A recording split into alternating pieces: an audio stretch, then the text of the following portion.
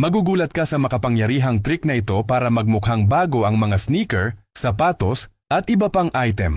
Maraming mga tao ang hindi nakakaalam nito, ngunit ang homemade mixture na ito ay may hindi kapanipaniwalang kamangha-manghang epekto.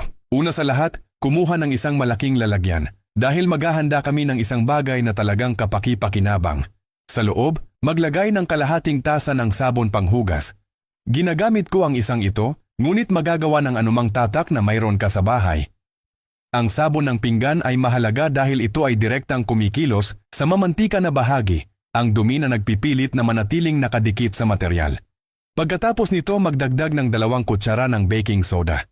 Ito ay isa sa mga pangunahing sangkap dahil mayroon itong super alkaline na epekto na lubos na nakakatulong upang lumuwag ang mga mantsa. Ngayon magdagdag ng puting suka, ang parehong dami ng detergent. Kalahating tasa. Kapag nakipag-ugnayan sa baking soda, nangyayari ang klasikong fizzing na iyon. At iyon ang nagpapadali sa paglilinis ng mga sneaker at sapatos. I bet hindi ka pa nakakita ng ganoong kahusay na timpla. Upang matapos ibuhos sa 500 milya ng tubig. Bigyan ito ng isang huling paghahalo at ito ay handa na. Ang solusyon ay nasa perpektong pagkakapare-pareho para sa paggamit. Ang panukalang ito na inihahanda namin ay perpekto para sa isang pares ng sapatos. Kung gusto mong linisin ang iba pang mga item, dagdagan lamang ang halaga ng proporsyonal. Ang proseso ay napakadirekta. Tatanggalin mo ang mga mantsa at dumi ng walang kahirap-hirap. Gamitin ito gaya ng lagi mong ginagamit. Kuskusin gamit ang espongha o brush. Ang pagkakaiba ay, sa halo na ito, ang lahat ay mas mabilis.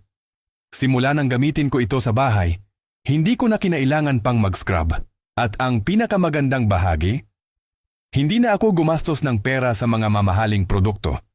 Sa mga simpleng sangkap na halos palaging mayroon kami, posible na makamit ang mga propesyonal na resulta. Dito ko ito ipinapakita sa isang pares lang. Ngunit makikita mo kung gaano kapantay ang paglilinis sa buong sapatos. Ang pagkakaiba ay malinaw. Pagkatapos ilapat ang lahat ng ito, punasan lamang ang labis. Maaari kang gumamit ng tubig o kahit isang piraso ng tela upang matapos. Ilang minuto na lang, magiging puti na ulit ang sapatos mo. Subukan ito sa bahay. Sigurado akong mabigla ka sa resulta. Sa halip na tanungin ang iyong lungsod, sabihin sa akin, aling bahagi ng sapatos ang pinaka-nakakainis mong linisin? Gusto ko talagang malaman kung ano ang pinaka-nakakaabala sa iyo. At bago tayo matapos, hayaan mo akong magbahagi ng karagdagang tip na hindi alam ng maraming tao. Ang parehong solusyon na ito ay maaari ding gamitin upang linisin ang mga bag na may maliwanag na kulay, ang loob ng mga backpack at maging ang ilang mga ibabaw ng goma. Tandaan lamang na subukan muna ito sa isang maliit na lugar upang matiyak na mahusay ang reaksyon ng material. Kung sa tingin mo ay nakakatulong ito, ibahagi ang tip na ito sa iba.